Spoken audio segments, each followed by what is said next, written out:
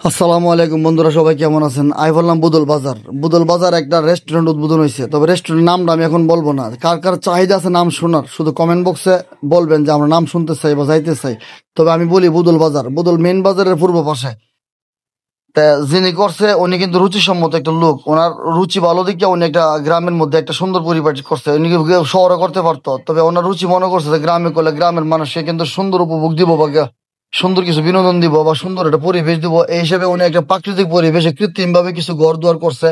হ্যাঁ, দোতলার মধ্যে উঠলাম, ওইটা দেখলাম, অনেকটি রুম করছে সুন্দরভাবে, কিন্তু রুমের দৃশ্য আমি দেখাইতে পারছি না। তাৎক্ষণিক পরিবার নিয়ে অনেকে মেয়ে ছেলেরা ভিতরে খাবার খাইতেছে। আমি আসলে ভিতরে ক্যান্টিন গুলো দেখাইলাম না, পরে দেখাবো এক সময়। যদি আপনাদের কমেন্টে বলবেন যে ভালো লাগে কিনা, যদি ভালো লাগে আমি রুম গুলো অবশ্যই দেখাবো। উপরে 3-4টা রুম আছে, নিচে আছে 3-4টা, এভাবে সুন্দর করে সাজায় রাখছে। যাই হোক, এখন আমি আবার নিচে চলে যাই। নিচে কিন্তু আরেকটা রুম খুব সুন্দরভাবে করছে। এটা কিন্তু সিস্টেমটা একটু ভিন্ন।